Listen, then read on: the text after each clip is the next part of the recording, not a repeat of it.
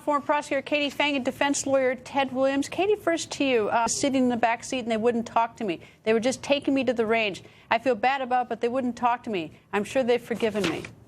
How would you use that?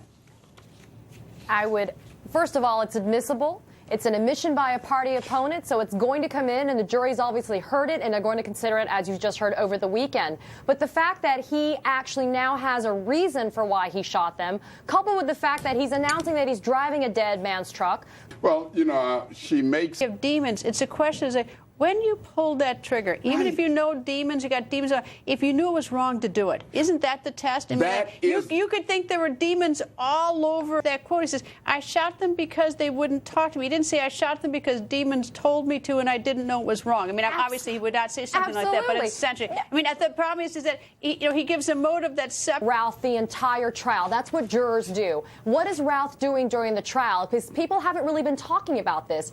He's listening intently. He's taking notes. He's not exhibiting behavior of somebody who's insane. Now, I understand that the not guilty by reason of insanity can be limited to that exact period of time when he pulled the trigger, but you would think that there'd be some... And just let me just tell the viewers that you can have a mental illness but not be legally insane. That those are two different things, right. Which is why we're hair splitting.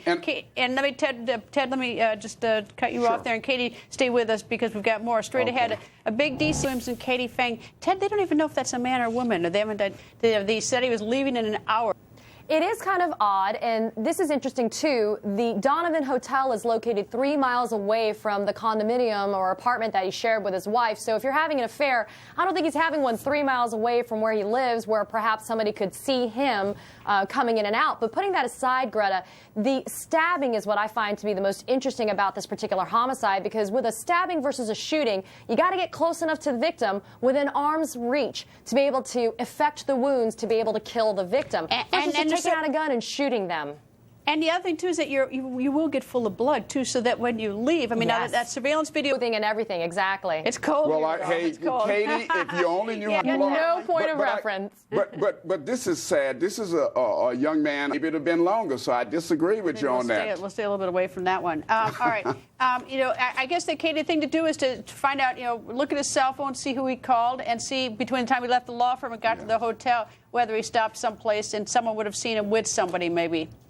Yeah, there's going to be a lot of grieving on the part of the family. And a single stab wound could be fatal and not create that bloodbath. Absolutely. Anyway, Katie and Ted, thank you both. Now to another